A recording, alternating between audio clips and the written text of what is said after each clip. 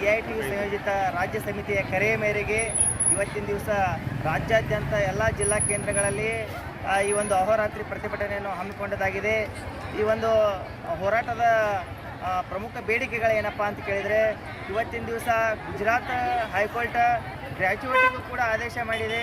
ಆ ಗ್ರ್ಯಾಜುಯೇಟಿ ನಮ್ಮ ಕರ್ನಾಟಕದಲ್ಲಿ ನಾವು ಹೋರಾಟ ಮಾಡಿದಾಗ ಸರ್ಕಾರ ನಿಮಗೂ ಕೂಡ ಗ್ರ್ಯಾಜುಯೇಟಿ ನಾವು ಕೊಡ್ತೀವಿ ಅಂತ ಹೇಳಿ ಕೇಶಂತ್ರ ಅನುದಾನವನ್ನು ತೆಗೆದಿಟ್ಟಿದ್ದಾಗಿದೆ ಅಂತ ಹೇಳಿದ. ಇಲ್ಲಿವರೆಗೂ ನಿವೃತ್ತಿ ಆದಂಥ ಯಾವ ಕಾರ್ಯಕರ್ತೆಯರಿಗೂ ಕೂಡ ₹1 ಗ್ರ್ಯಾಜುಯೇಟಿ ಹಣ ಬಂದಿಲ್ಲ.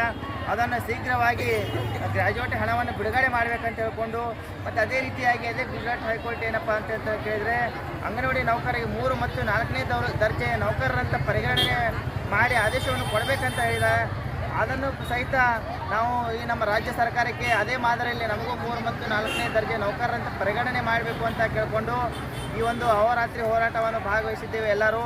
ಈ ಒಂದು ಹೋರಾಟವು CIT ನೇತೃತ್ವದಲ್ಲಿ ಆಗಿರೋದ್ರಿಂದ ನಮ್ಮ ಬೆಳಗಾವಿ ಜಿಲ್ಲಾ ಸಮಿತಿಯ ನೇತೃತ್ವದಲ್ಲಿ ಕೂಡ ಬೆಳಗಾವಿ ಅಧಿವೇಶನ ನಡೆಯುವಂಥ ಸ್ಥಳದಲ್ಲಿ ಕೂಡ ಈ ಒಂದು ಹೋರಾಟವನ್ನು ನಾವು ಅಲ್ಲಿ ಕೂಡ ಮಾಡ್ತಾ ಇದ್ದಾರೆ.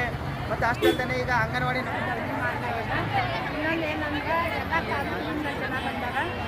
ಈಗಾಗಲೇ ನಮ್ಮ ಎಲ್ಲ ರಾಜ್ಯದೊಳಗೆ ಎಲ್ಲ ಜಿಲ್ಲಾದೊಳಗೆ ಹೋರಾಟ ಮಾಡ್ತಾರೆ. ಮೇನ್ ಇದ್ರೊಳಗೆ ಏನಂದ್ರೆ ಅಹೋರಾತ್ರಿ ಈಗ ಎಷ್ಟು ಮಂದಿ ಬಂದಿದ್ದೀವಿ ಅಷ್ಟೆಲ್ಲ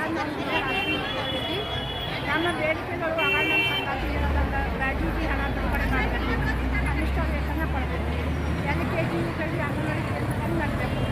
ಈಗ ಲೋಕಲ್ ಯಾವುದೇ ಒಂದು ಕಾಮಗಾರ ಕಟ್ಟಡ ಅಂದರೆ ಗೋರ್ಮೆಂಟ್ ಕಟ್ಟಡ ಬಿಜಾಪುರ ಸಿಟಿ ಒಳಗೆ 5,000 ಅದು ಕೂಡ ನಾವು ಅವರು ಬಜೆಟ್ ಬಂದ ಮೇಲೆ ಮಾಡ್ತಾಗ ಕೈಲೇ ಧರಿಸ್ಬೇಕು. ದಯಮಾಡಿ ತಿಂಗಳ ಬಜೆಟ್ ಹಾಕಿ ನಮ್ಮ ಬಾಡಿಗೆ ಕೊಡಬೇಕು. ಆಮೇಲೆ ಏನದ ಈಗ ಹೆಲ್ಪರ್ಗಳು ಇಲ್ಲ ಅಂತ ಈ ವರ್ಷಕ್ಕೆ ವರ್ಕರ್ ಒಂದೇ ಕೆಲಸ ಮಾಡ್ತಾರೆ. ಈ ಕಡೆ BLA ಡ್ಯೂಟಿ ನೋಡಬೇಕು, ಶಾಲಾ ಶಿಕ್ಷಣ ಮಾಡಬೇಕು, ಗರ್ಭಿಣಿ ಬಾಣಂತಿಗಳಿಗೆ ಉಪಹಾರ ಕೊಡಬೇಕು, ರೇಡ್ ಮಕ್ಕಳಿಗೆ ನೋಡಬೇಕು, ಎಲ್ಲ ಸಭೆಗಳಿಗೆ ನಾವು ಹಾಜರಾಗಬೇಕು. ಈ ರೀತಿ ನಮ್ಗೆ ಅಂಗನವಾಡಿ ಕಾರ್ಯಕರ್ತರಿಗೆ ತೊಂದರೆ ಅದ.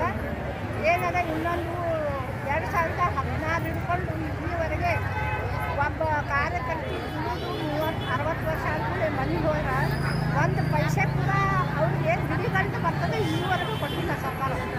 ನಮಗೊಂಥರ ಸರ್ಕಾರದ ಬಗ್ಗೆ ನಾಚಿಕೆ ಆಗ್ತದೆ. ಯಾಕಂದ್ರೆ ಈ ಅಂಗನವಾಡಿ ನೌಕರರು ಇರೋರೆಲ್ಲ ದಲಿತ ಮಕ್ಕಳು, ಆಮೇಲೆ ದಲಿತ ಮಹಿಳೆಯರು ಇದರೊಳಗೆ ಹೆಚ್ಚು ಬಿಡುವೆ ಇರ್ತಾರೆ. ಅವ್ರ ಪೆನ್ಷನ್ ಇಲ್ಲ, ಹಿಡಿಗಂಟಿಲ್ಲ, ಜೀವನ ಹ್ಯಾಂಗ್ ಮಾಡಬೇಕು ಅನ್ನೋದು ಸರ್ಕಾರ ಏನು ಕೇಳ್ತಾ ಇಲ್ಲ. ಈಗ ಮುಖ್ಯವಾಗಿ ಹೇಳ್ಬೇಕಂದ್ರೆ ನಾವು ಇವತ್ತು ರಾತ್ರಿ ಇಲ್ಲೇ ಉಳ್ಕೊತೀವಿ. ನಮ್ಮ ಅಲ್ಲಿ ಏನು ನಮಗೆ ಬದಲಾವಣೆ ಅಧಿವೇಶನದಾಗ ಕನಿಷ್ಠ ವೇತನ ಹೆಚ್ಚು ಮಾಡಬೇಕು. 15,000 ಅಂತೇಳಿ ಕಾಂಗ್ರೆಸ್ ಸರ್ಕಾರ ಬಂದಾಗ ಹೇಳ್ತಿತ್ತು. ಆದರೆ ಇನ್ನೂವರೆಗೆ ಅವ್ರು ಏನೂ ಪತ್ತೇನೂ ಇಲ್ಲ. 5 ಗ್ಯಾರಂಟಿ ಆ ಗ್ಯಾರಂಟಿ ಅಂತಾರೆ, ದುಡಿಯೋ ಮಹಿಳೆಯರಿಗೆ ಪಗಾರ ಕೊಡೋಲ್ಲ. ಹೀಗಾಗಿ ನಮಗೆ ಅವ್ರು ಏನು ಅಧಿವೇಶನದಾಗ ಇವತ್ತು ಏನು ಕೆಲಸ ಮಾಡ್ತಾರೆ, ಏನು ತೀರ್ಮಾನ ತೊಗೋತಾರೆ ಅಂಗನವಾಡಿ ಅಂತ ಹೇಳಬೇಕು. ಇನ್ನು ಮುಂದೆ ಈ ಥರ ಇರ್ತದ. ಅಲ್ಲಿ ಮಾಲಕರು ಇವರಿಗೆ ಕಾರ್ಯಕರ್ತರಿಗೆ ಕಿರಿಕಿರಿ ಮಾಡ್ತಾರೆ, ಬಂದ್ ಮಾಡೋದು ಮತ್ತೊಂದು ಮಾಡ್ತಾರೆ. ಅದಕ್ಕಾಗಿ ಅದನ್ನು ಸರಿಯಾಗಿ ಕೊಡಬೇಕು ಅಂತೇಳಿ, ಸರಿಯಾದ ಟೈಮ್ದಾಗ ಕೊಡಬೇಕು ಅಂತೇಳಿ ನಮ್ಮ ಬೇಡಿಕೆ. ಅದು ಬಂದ್ ಮಾಡುವ ಟೈಮ್ದಾಗ 2018ರಿಂದ ಮೋದಿಯವರ ಸರ್ಕಾರ ಇವತ್ತಿಗೂ ಒಂದೇ ಒಂದು ₹10 ವೇತನ ಹೆಚ್ಚು ಮಾಡಿಲ್ಲ ಈ ಅಂಗನವಾಡಿ ನೌಕರರಿಗೆ. ಮತ್ತು ಶೇಕಡ 90ರಷ್ಟು ಅನುದಾನ ಅವ್ರು ಕೊಡಬೇಕು, 10% ರಾಜ್ಯ ಸರ್ಕಾರ ಕೊಡಬೇಕು ಅಂತಿದ್ದಂಥದ್ದು ಇವತ್ತು ಪ್ರತಿ ವರ್ಷ ಅನುದಾನವನ್ನು ಕಡಿತ ಮಾಡ್ತಾ ಇವತ್ತು ಪೂರ್ತಿ ಜಾರಿಕೊಳ್ಳುವಂಥ ರೀತಿಯಲ್ಲಿ ಕೇಂದ್ರ ಸರ್ಕಾರ ಹೋಗ್ತಾ ಇದೆ. ಇದನ್ನು ನಾವು ತೀವ್ರವಾಗಿ ಖಂಡಿಸ್ತೇವೆ.